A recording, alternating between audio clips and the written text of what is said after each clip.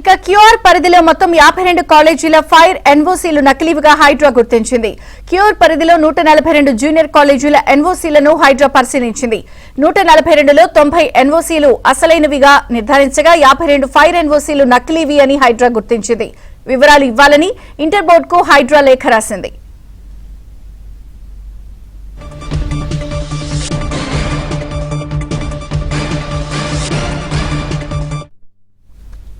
Cure పరిధిలో మొత్తం 52 కాలేజీల ఫైర్ ఎన్ఓసీలు నకిలీవిగా హైడ్రా గుర్తించింది.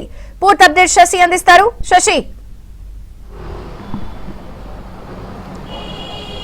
క్యూర్ పరిధిలో జూనియర్ కాలేజీలు భారీ స్కామ్ కు తెరలేపాయంటూ కూడా చెప్పుకోవచ్చు. ఇటు హైడ్రాను తర్వాత ఫైర్ డిపార్ట్మెంట్ ను బురిడి కొట్టించి పెద్ద ఎత్తున కూడా నకిలీ ఎన్ఓసీ సర్టిఫికెట్లను అటు హైడ్రాకు సమర్పించినట్టుగా ఇప్పటికే విచారణలో వెల్లడైంది. ప్రధానంగా క్యూర్ పరిధిలో 142 జూనియర్ కళాశాలకు సంబంధించినటువంటి ఫైర్ ఎన్ఓసీలను పరిశీలించినప్పుడు అందులో 90 మాత్రమే అసలైనవిగా, మిగతా 52 నకిలీ ఎన్ఓసీలుగా ఇప్పటికే హైడ్రా ధృవీకరించడం కూడా జరిగింది. అయితే ఇటీవల కాలంలో హైందవి కాలేజీకి సంబంధించినటువంటి ఒక ఫైర్ ఎన్ఓసీ మీద ఒక వ్యక్తి ఫిర్యాదు చేశాడు.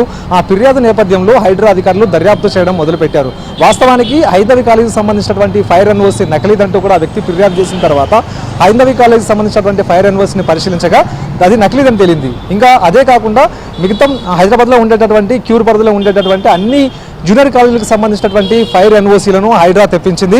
సో అందులో భాగంగానే వాటిని పరిశీలించింది. సో ఇదే క్యూర్ పరిధిలో సుమారుగా 152 కాలేజీకి సంబంధించినటువంటి ఈ మొత్తం ఫైర్ ఎన్ఓసీలను తీసుకొచ్చి అందులో విచారణ జరిపినప్పుడు సుమారుగా 52 నకిలీవిగా తేలడం జరిగింది. సో మొత్తానికి ఈ అంశం మీద ఇప్పుడు హైడ్రా చాలా సీరియస్గా వ్యవహరిస్తుందంటూ కూడా చెప్పుకోవచ్చు. ప్రధానంగా హైడ్రా కమిషనర్ రంగనాథ్కు సంబంధించినటువంటి సంతకాన్ని సైతం ఈ ఫైర్ ఎన్ఓసీలో ఫోర్జరీ చేసినట్టుగా తెలుస్తోంది. నేను ప్రస్తుతం ఎస్ఆర్ నగర్లో ఉన్నాను. ఎస్ఆర్ నగర్లో రెసిడెన్స్ కాలేజ్ ఇది.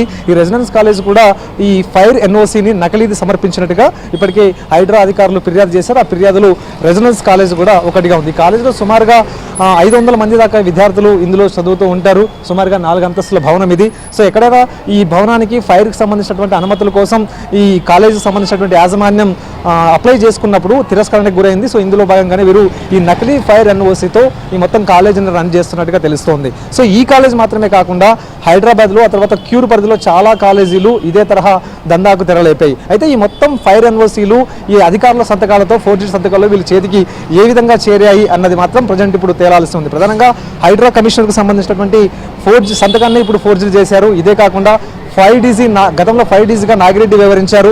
ఆయనకు సంబంధించినటువంటి సంతకాలను సైతం ఫోర్జరీ చేసి ఈ ఫైర్ ఎన్ఓసీలను ఆయా హైడ్రా అధికారులకు ఇప్పటికీ ఇవ్వడం కూడా జరిగింది. సో మొత్తానికి ఒక కాలేజీకి సంబంధించినటువంటి అంశంతో దర్యాప్తు కొనసాగించినప్పుడు సుమారుగా 52 కాలేజీలకు సంబంధించినటువంటి వైనం ఇప్పుడు వెలుగు చూసింది. సో ఈ అంశం మీద హైడ్రా సీరియస్గా దృష్టి సారించింది. ఈ కాలేజీలకు సంబంధించినటువంటి గుర్తింపును రద్దు చేయాలంటూ కూడా ఆయా విద్యాశాఖ అధికారులకు ఇప్పటికీ సిఫారసు చేయడం కూడా జరిగింది. ఇటు విద్యార్థుల నుంచి లక్షలాది రూపాయలు ఫీజుల రూపంలో వసూలు చేసి వారికి భద్రత కలిగినటువంటి గదుల్లో కాలేజీలు నిర్వహించాల్సినటువంటి బాధ్యత ఉన్నప్పటికీ కూడాను కాలేజీ యాజమాన్యాలు మాత్రం నిబంధనలకు విరుద్ధంగా భవనాలలో విద్యార్థుల ప్రాణాలతో చెలగాటం ఆడుతూ ఉన్నారు. ఇప్పటికీ ఈ మొత్తం ఫైర్ ఎన్ఓసీలు నకిలీగా తేలినటువంటి అన్ని కాలేజీల్లో కూడా ఎక్కడ కూడా విద్యార్థులకు భద్రతకు సంబంధించినటువంటి అంశంలో ఎక్కడ కూడా కేర్ తీసుకున్నట్టుగానే కనిపిస్తుంది. సో ఈ అంశంలో హైడ్రా సీరియస్గా వ్యవహరిస్తుంది. ఈ కాలేజీలకు సంబంధించినటువంటి అన్ని గుర్తింపులను కూడా రద్దు చేయాలంటూ కూడా ఆ విద్యాశాఖకు సిఫారసు చేసింది. విజయచంద్రిక.